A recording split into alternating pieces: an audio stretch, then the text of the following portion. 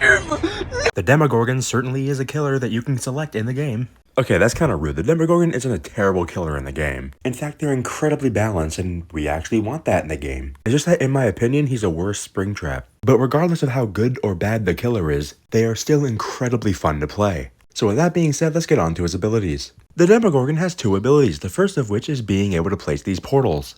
You can have up to 6 of these portals, and while standing on top of one, you can choose any other portal on the map you would like to teleport to just by looking at it.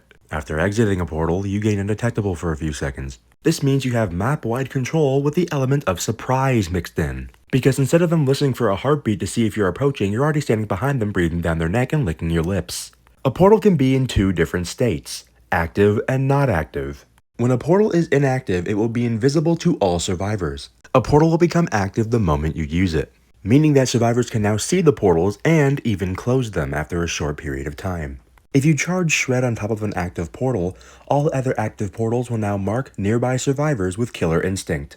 This means that placing a portal right next to a generator might yield positive results. But remember, survivors aren't dumbasses. They don't want portals near their precious generators, so they will destroy them if they see them too close by. The Demogorgon's second ability is called Shred. Holding your ability button, then pressing attack will make you lunge forward, damaging anybody you hit. This is good for closing off tight corners you wouldn't otherwise be able to hit with a lunge. You can also try doing mind games like I do here. When you charge Shred, it gives off a visual and audio cue. So here it looks like I'm directing my attack at Dwight. This makes the other survivor with a flashlight try to come back to either work on the generator I just kicked, or try to go save his friend with a flashlight.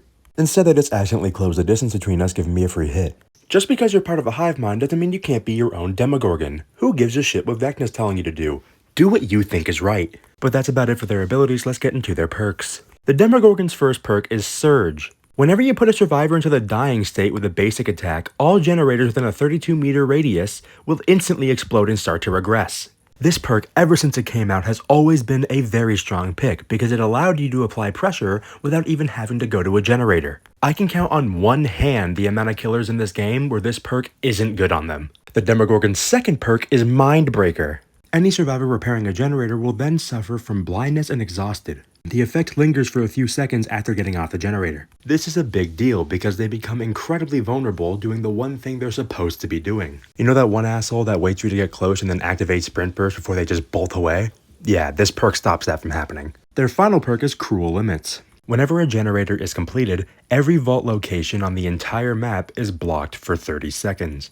So if you know a generator is about to be completed and you have no way of stopping it, get into a chase as soon as possible. The only thing that can save them is a pallet, and hopefully you're playing against some idiot that drops every single one of them in the first 5 minutes of the match anyways. Remember, out of the possible thousands of Demogorgons the entity could have picked, they picked you. You are the LeBron of your race. Start playing like it. The Demogorgon is a very freeing killer, because the game lets you set them up however you want to play. They have a tool for map control and chases, and even if you don't want to play the Demogorgon, they come with 3 perks that are almost a must pick. This has been Borey's Guide to Dead by Daylight, and if you subscribe I'll tell you what the 9th episode of Season 5 is. Bleh.